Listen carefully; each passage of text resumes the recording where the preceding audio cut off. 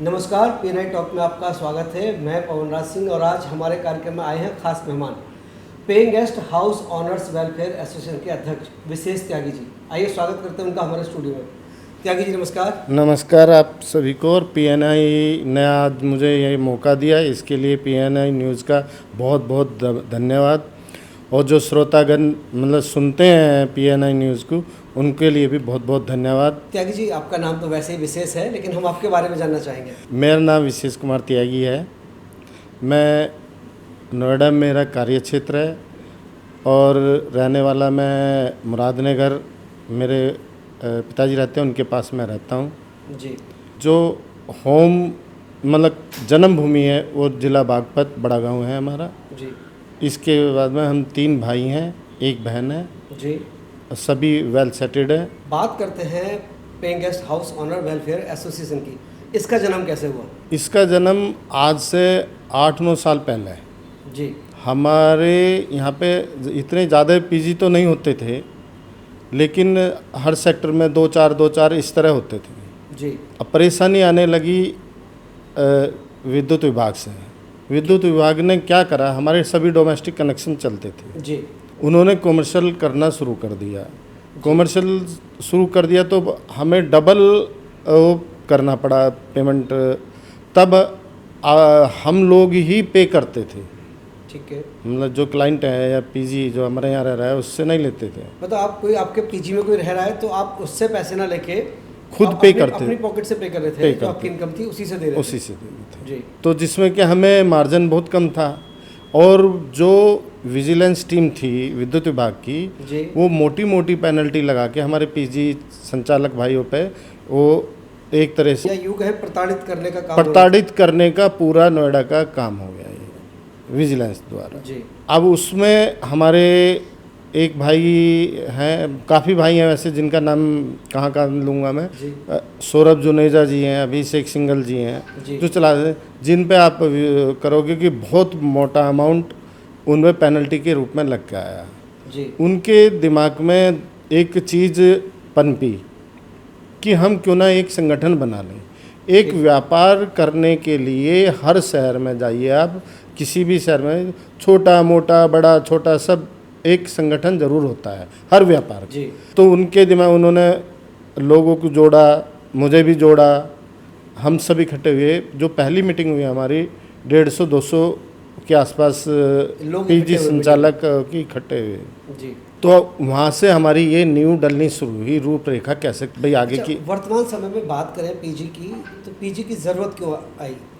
PG की इसलिए ज़रूरत आई, जब नोएडा बसा था जी। सिर्फ इसमें गिनती की कंपनियां थी, आईटी हब नहीं था तब। जी। उसके धीरे धीरे आईटी हब बनना शुरू हो गया, बच्चे इंस्टीट्यूशनल बनना शुरू हो गया, तो बच्चे आने शुरू हो गए। बच्चे कहाँ रहे?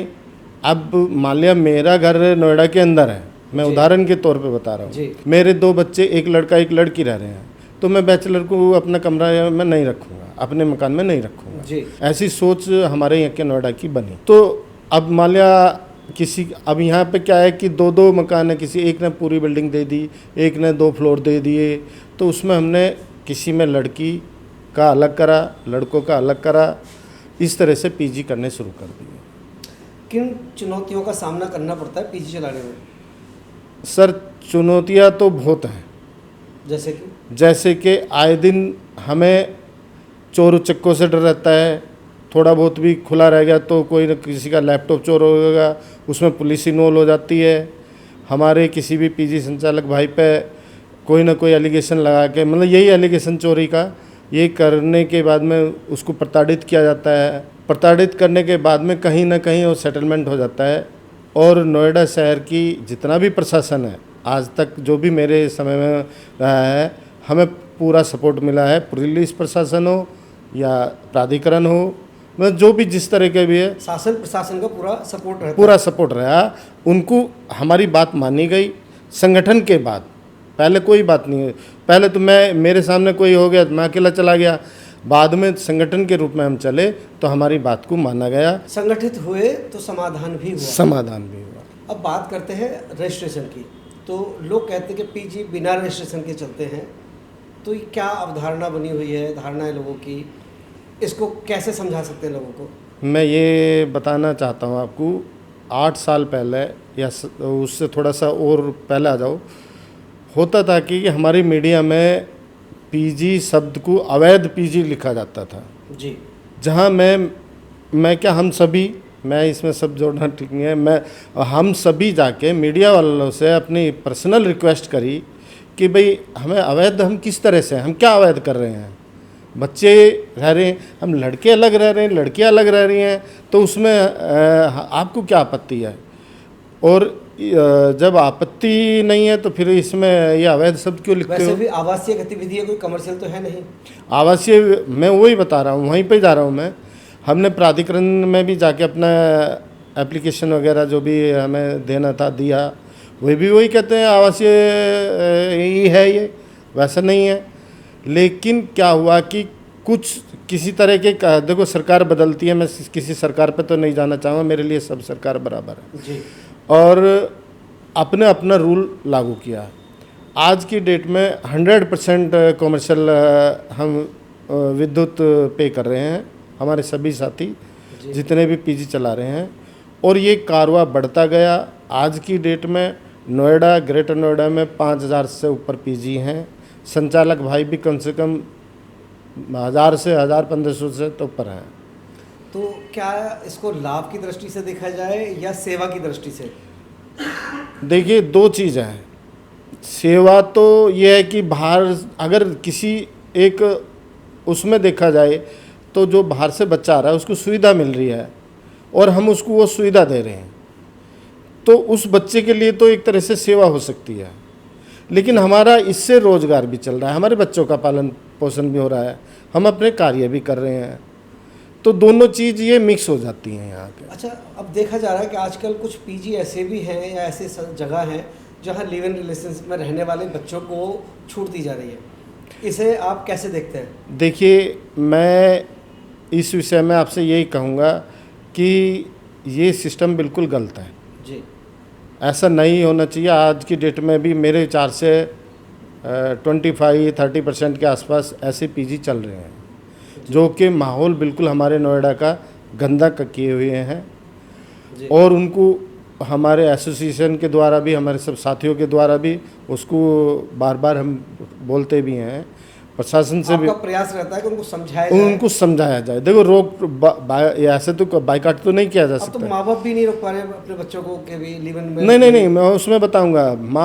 जब माँ बाप छोड़ने आते हैं, वो लड़कियों को छोड़ने आ रहे हैं तो लड़कियों वाले में छोड़ने आ रहे हैं, लड़के को छोड़ने आ रहे हैं तो लड़के वाले में छोड़ने आ रहे हैं, लेकिन 2-3 महीने में क्या कहानी बनती है पता ही नहीं चलता, और पहुँच जाते हैं लिविंग में रहने के लिए, और वो फुल चलते हैं। हमारे यहाँ 1-2 सीट, 2-4 सीट खाली हो सकती हैं, वहाँ खाली नहीं होती। हमारे यहाँ जितने भी हमारे से जुड़े हुए हैं, हमने सभी को बोला भाई अगर अपनी बिल्डिंग के पास में लड़का है का पीजी है, आपका हॉस्टल है, तो आप उसमें आपको लड़की नहीं आनी चाहिए, जो आज तक हम सभी फॉलो करते हैं, नियम बनाए हुए हैं। और लड़की वाले में कोई लड़का बाइक से, गाड़ी से छोड़ने नहीं जाएगा। पहले क्या होता था, अब ये नियम आपने बना लिए पीजी तक, लेकिन बाहर वो क्या कर रहे हैं उसका तो देखिए, वो तो प्रशासन का काम है, वो हमारा काम नहीं है। बाहर तो कोई पार्क में क्या हो रहा है, क्या नहीं हो रहा है, ये किसी से सेक्टर वासियों से छुपा हुआ नहीं है कुछ भी, लेकिन उस चीज़ में हम नहीं जाना चाहते, क्योंकि हम ये तो एक लड़ाई सिर होगी। हमारे माननीय न्यायालय ने भी कुछ आदेश किया हुआ है, मेरे को पता नहीं है इतना, आपको सब पता है, तो उसमें हम क्या ही कह सकते हैं। तो अगर हम बात करें आपके संगठन की, तो संगठन में कोई सदस्य बनता है तो आपको किस तरह की सुविधाएं आप उसको देते हैं? जो संगठन का सदस्य बनता है, जो हमारे पे जो भी इन्फॉर्मेशन होती है या जो उसको मदद की ज़रूरत होती है, किसी भी तरह की मदद हो जी, वो हम पूरी मदद करते हैं। जैसे किसी को कुक की ज़रूरत है, हमारे पास में, मेरे पास कुक पूरे हैं, मैं दूसरे को दे दिया जिसने मांगे। मेरे पास मेरा पीजी पूरा चल रहा है, हॉस्टल पूरा चल रहा है। अगर हमारे पास कोई इंक्वायरी आती है, बच्चे की इंक्वायरी आती है, तो जिसने डिमांड करी उसको दे देते हैं। अपने ग्रुप है एक हमारा बाकायदा, उसमें उसको कर दे। तो इससे फ़ायदा है, एसोसिएशन से जुड़ने से फ़ायदा है सभी को जी, और जुड़ते हैं लोग। तो अभी कितने सदस्य माने जाए आपके?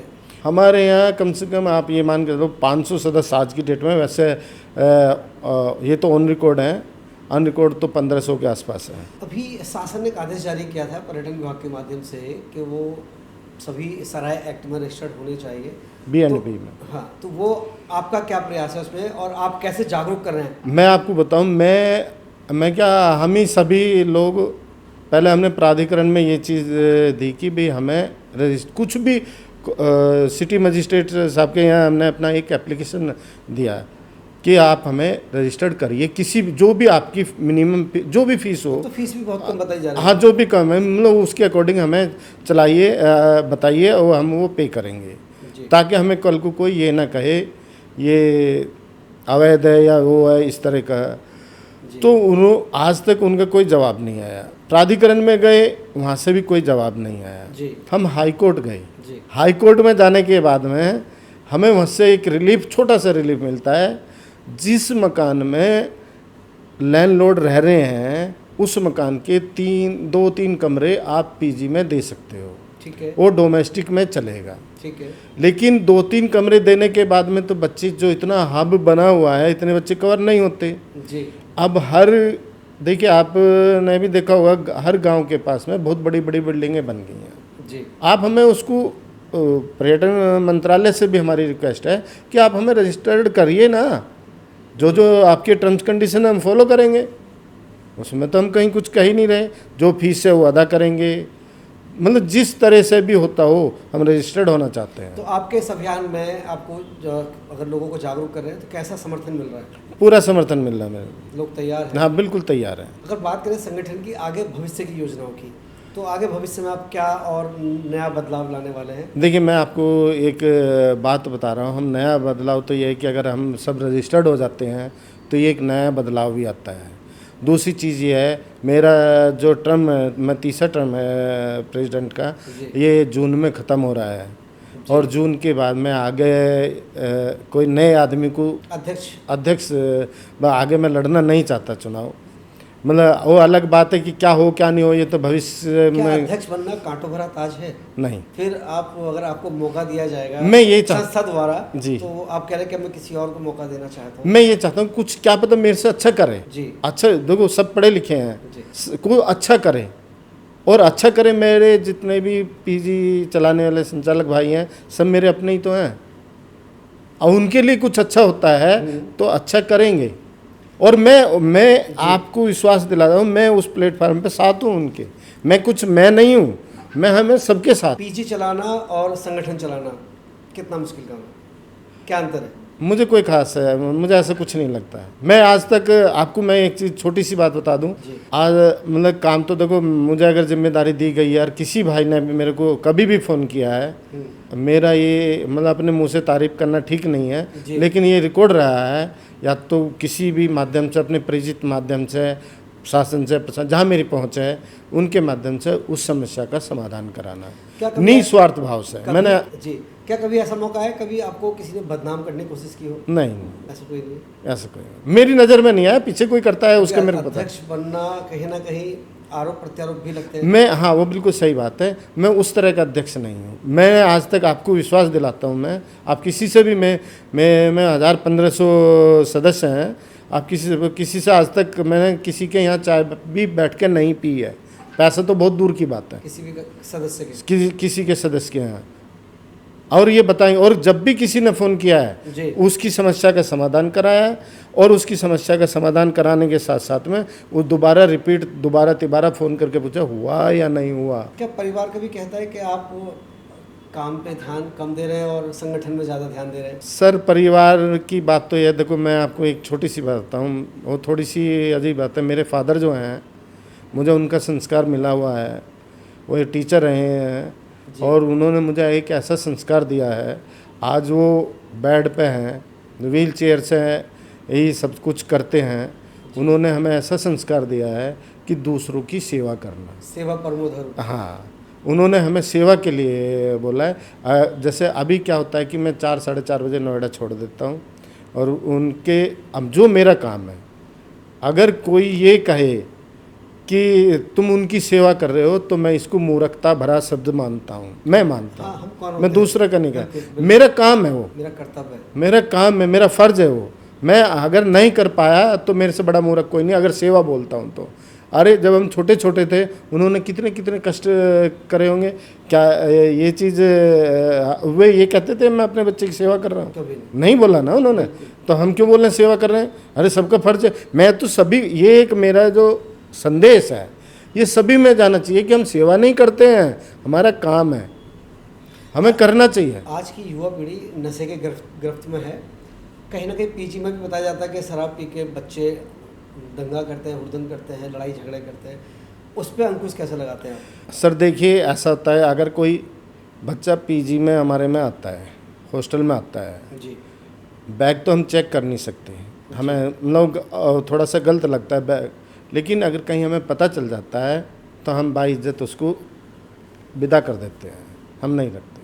लेकिन इसी साथ साथ में ये भी सुनने को मिलता है हमें, फला दुकान पे वो मिल रहा है नशे का सामान, जी, वो मिल रहा है, तो हम वो दुकान वाले से भी मिलते हैं। हम सभी अपने संगठन में खास तौर से कोर कमेटी के लोग जाके मिलते हैं, भाई तुम ऐसे काम मत करो, और जो शिकायत उसकी हो सकती है, अगर नहीं मानता है तो शिकायत करते हैं। संबंधित विभाग को आप उसकी सूचना देते हैं बिल्कुल, कि ये गलत कार्यों में लिप्त गलत है कार्यों में और बच्चों का भविष्य खराब है। भविष्य खराब हो रहा है। और हमने एक चीज़ और देखो, हालांकि मैं कैमरे पे बोल रहा हूँ, जी, हम बच्चों में ही बच्चे हैं। कैसे हैं? उन बच्चों में ही अपने बच्चे ढूंढ रखे। भाई मान लिया हम, मेरे पास में आज की डेट में 750 बच्चे हैं, जी, 750 550 बच्चे इस तरह से हैं, तो उन्हीं में ही, उनमें से कम 150-200 बच्चे मेरे हैं जो मुझे हर एक्टिविटी का, मुझे क्या सभी का ऐसा ही हाल होगा, जी, जी, एक्टिविटी का बता देते हैं। और हम उस सारे में कैमरे लगे हुए हैं, जी, कमरे में तो नहीं है, लेकिन अगर कमरे से क्या हो रहा है क्या नहीं हो रहा है, सब में कैमरे लगे हैं, सब पता चल जाता है। उसके घर शिकायत करते हैं, फ़ोन करते हैं, घर वाले आते हैं, जी, या घर वाले कहते हैं भाई उसको टाइट करो, कैसे भी करो। अब कोई नालायक बच्चा है तो वो तो निकल जाता है, और कोई वो माफ़ी वाफ़ी मांग के याद नहीं होगा, ठीक है भाई, सही भी है। त्यागी जी, बात करें हम स्टूडेंट्स की जो कि पीजी में रह के अपनी पढ़ाई पूरी कर रहे हैं, चाहे वो कॉलेज में हो, जहाँ भी हो, कुछ समय ऐसे आते हैं 1-2 महीने जब बच्चे अपने घर चले जाते हैं। जी, सरवाइव करना और पीजी चलाना, स्टाफ की सैलरी देना बड़ा मुश्किल काम होता होगा, कैसे मैनेज करते हैं? सर मैं उसके लिए बताता हूँ, हम लोग क्या करते हैं। जैसे अभी पीछे सेशन अभी चल रहा है, बच्चे आ रहे हैं, हम 2 महीने की सिक्योरिटी लेते हैं। हम जो स्टूडेंट हैं कॉलेज, जो वैसे जॉब वाले उनसे नहीं लेते, उनसे 1 महीने की लेंगे, उनका 1 महीने का नोटिस लेगा। हम लॉकिंग पीरियड रखते हैं। आप सितंबर में आए हो तो 11 महीने का हुआ होगा, जून जुलाई का एडवांस में ले लेते हैं, और लगभग जुलाई तक बच्चे के एग्ज़ाम ख़त्म होते हैं। भाई 10 जुलाई को हो गया, 8 जुलाई को हो गया, 12 जुलाई को हो गया, ये सब हो जाता है मैनेज। तो इस तरह का अगर कमी बेसी पड़ती है तो सोचते हैं भाई अगली बार जब नए बच्चे आएंगे हमें डबल सिक्योरिटी मिलनी है, उसमें एडजस्ट कर। क्या कभी ऐसे मौका मिला जीवन में, कोई बच्चा आया हो, उसने कहा हो कि मेरी स्थिति इतनी ठीक नहीं है, पढ़ना चाहता हूँ यहाँ रहकर, और आपकी जो फीस है जो पीजी की वो देने में थोड़ा असमर्थ हो, तो ऐसे कुछ लोगों की मदद की आपने जीवन में कभी? सर वो मैं कैमरे पे नहीं बोल सकता, वो बहुत बच्चे हैं जी, तो, क्योंकि ऐसी चीज़ बोलना, तो मतलब देखो आप ये मान लिया मेरे, जाए कि आपने ऐसी मदद की है? मैं आज भी कर रहा हूँ, मैं वो मदद भी नहीं बोल रहा, मैं मतलब जो हो रहा है वो कर रहा हूँ। मैं उसको, राजनीति के बारे में आपका क्या विचार है? राजनीति के बारे में देखो मैं आपको बताऊँ, नोएडा शहर में मेरा कार्य क्षेत्र है, जी, सांसद महोदय मुझे बहुत अच्छे से जानते हैं, जी, विधायक जी मुझे बहुत अच्छे से जानते हैं, और जो अपने अध्यक्ष महेश चौहान जी जो नए बने जी, हैं, जी, बिल्कुल। ये भी अच्छे से जानते हैं। हालांकि मिला नहीं हूँ मैं, जी। लेकिन मैं, और परिचय पहले है उनसे? हाँ मनोज गुप्ता जी थे, बहुत अच्छे से आपकी जानते क्या थे। रुचि है? मेरी कोई राजनीति की रुचि नहीं है। मेरे लिए अगर ये खड़े हैं तो मैं राजनीति, अगर मैं ही सांसद हूँ, मैं ही विधायक हूँ, मैं ही अध्यक्ष हूँ, मैं ही सब कुछ हूँ, जब मेरा इनसे परिचय, मुझे राजनीति करके क्या करना है। अगर हम बात करें धर्म की, तो आज युवा पीढ़ी धर्म से विमुख हो चुकी है। युवा पीढ़ी वापस धर्म की तरफ आए, अपने शास्त्रों के बारे में, वेदों के बारे में जाने, तो क्या सुझाव देना चाहिए? मैं ये सुझाव देना चाहूँगा आज के टाइम में कि हमें जो भी है, जो जिस जौन सा भी धर्म है, हिंदू हो, मुस्लिम हो, ईसाई हो, जी। जो भी धर्म है, जी। वो अपने धर्म को अच्छे से अध्ययन, अपनी हमारी जो स्टार्टिंग है अपनी क्लास, संस्कृति को पहचाने, हम नहीं, हमारी जो स्टार्टिंग है जो जड़ें हैं हमारी। जड़, स्कूल से जो जड़ है, वहाँ हमें उसका पढ़ाई में उसका ज्ञान मिलना चाहिए, तो हम संस्कारवान बनेंगे। क्योंकि पहले होता था गुरुकुल वगैरह होते थे, जी। है ना, अब वो चीज़ है नहीं, गुरुकुल बहुत कम हो गए, वहाँ बच्चे को गंजा कर दिया, चोटी रख ली, ना तो लड़कियों से कोई अट्रैक्शन था, ना ही कोई किसी से, और लड़कियों को भी एक सीमित दायरे में जो ड्रेस होती है, जो एक उनकी यूनिफॉर्म है, जो मैं तो उसको ये सूट्स जो भी होता हूँ, मतलब मैं तो इतना ज़्यादा नहीं बोल सकता, जो उस दायरे में रह के अलग अलग सबको करा जाता है। उनको संस्कार गुरुकुल से मिलते थे, माँ बाप भी संस्कार देते थे। आज की डेट में क्या है कि माँ बाप भी संस्कार नहीं दे रहे हैं, तो भाई मैं भी उसमें कैटेगरी में हूँ, मैं आपको अलग नहीं मान रहा, हम संस्कार ही नहीं दे पा रहे। त्यागी जी, बात करें पीजी की, तो पीजी समझ में आता है कि बच्चे कुछ काम कर रहे हैं वो इसलिए रह रहे हैं, या कुछ बच्चे पढ़ने के लिए निकले घर से बाहर वो इसलिए रह रहे हैं। लेकिन आज वृद्धाश्रम भी बढ़ते जा रहे हैं, ये क्यों? वृद्ध आश्रम जो बढ़ते जा रहे हैं, इनका कारण ये है कि हम आजकल एकल परिवार के तरफ बढ़ रहे हैं, जी। जो सरासर गलत है। अगर मान लिया मेरे को ज़रूरत पड़ गई, हम 3 भाई हैं जी। मेरे को ज़रूरत पड़ गई, जब मैं उनका साथ नहीं दूंगा, वो मेरा क्यों दे देंगे? जी। अब मैं अपने घर में क्या कर रहा हूँ, क्या नहीं कर रहा हूँ, अपने फादर का काम कर रहा हूँ या नहीं कर रहा हूँ, मेरे एक भाई को पता चलेगा, वो दूसरा ले जाएगा, तीसरा ले जाएगा, 3 भाई हैं, उनके पास, मेरे फादर के पास ऑप्शन है। किन्हीं के पास अभी परेशानी कहाँ है जी। बच्चों की संख्या, लड़का 1 हो रहा है, वो चला गया विदेश। मैं आपको सेक्टर 19 का एक केस बताता हूँ, बता सकता हूँ अगर आप इजाज़त दें। बताइए। सेक्टर 19 में इसलिए बताइए कि हमारे दर्शकों को पता चले कि क्या हो रहा है। कॉर्नर पे एक कोठी थी, और काफ़ी बड़ी कोठी थी, सेक्टर 19 के सामने 20 में थी वो, डीएम ऑफिस के सामने जी। उनमें एक काफ़ी टाइम की बात होगी, ये 20 साल की बात होगी जी। उसमें एक बिल्कुल मतलब ये मान लो उनकी 80-85 साल उम्र रही होगी, वो अकेले रहते थे इतने बड़े मकान में, घर के अंदर। हाँ, तो मैं, मेरे से बड़े वाले भाई उनके जानकार थे, हम जाते थे, तो उनका कुछ काम, जो भी काम होता था उनका, थोड़ा बहुत जैसे काम, घरेलू काम नहीं, ये प्राधिकरण का कोई काम हुआ उनका, वो कराते थे। लेकिन हम उनकी लाइफ को देख के, आप विश्वास करना, मेरे को तो बहुत दुख होता था। मैं दुख के, ऐसे औलाद, उनके 2 बच्चे थे, एक लड़की थी, वो विदेश में। अब बाद का तो मेरे को पता नहीं क्या कहानी हुई, क्या नहीं हुई, लेकिन तकलीफ होती थी। हाँ, देख के बहुत दुख होता था भी, इनको ये खाना बनाने वाली या बनाने वाला आता था कोई, और ये संस्कार की कमी है या शिक्षा की कमी है? संस्कार की कमी है। शिक्षा तो ग्रहण हो रही है ना, खूब हो रही है, विदेश जा रहे हैं, सब जा रहे हैं, सब अपने बच्चों को पढ़ा रहे हैं, अपने भाई के बच्चों पे ध्यान नहीं दे रहे, अपने पड़ोस में। ज़्यादा शिक्षा करा देना गलत है। ज़्यादा शिक्षा करा देना तो गलत मैं नहीं कहूँगा, क्योंकि बच्चा अपने लिए कुछ अच्छा करना चाहता है तो करने दो, लेकिन अपने से जुड़ाव रखो। माँ बाप का फर्ज कौन निभाएगा? मैं वही तो कह रहा हूँ, माँ बाप को साथ रखे ना, ये काम है, ये कोई सेवा थोड़ा ही है, ये तो काम है भाई। हम अपने माँ बाप की अगर कुछ काम कर रहे हैं तो ये हमारा काम है, सेवा नहीं है ये। अगर कोई सेवा भाव से कर रहा है तो उससे नालायक आदमी कोई है नहीं, मेरे को नहीं बोलना चाहिए कैमरे पे, लेकिन मैं उसको नालायक आदमी समझता हूँ जो सेवा बोलता है। त्यागी जी, राष्ट्र के बारे में आपके क्या विचार हैं? राष्ट्र के बारे में मेरे विचार ये हैं, अगर हम, जो सरकार आज की डेट में है, पिछली सरकारों का मेरे को पता नहीं ना, मैं उनके बारे में कुछ बात करूँगा, जो सरकार, अगर हमें लग रहा है हमेशा रिसोर्च अच्छी बनती जा रही है, विकसित देश की तरफ राष्ट्र हमारा जा रहा है, भले ही 2045 में 47 में जब भी जा रहा है, और आज हमारी इकोनॉमी भी बहुत अच्छे उस पर जा रही है, तो हम सभी को, चाहे वो कोई भी धर्म हो, सबको मिलकर उस पर ध्यान देना चाहिए। ये छोटी राजनीति नहीं करनी चाहिए, हिंदू मुस्लिम नहीं करना चाहिए, जो विपक्ष कर रहा है।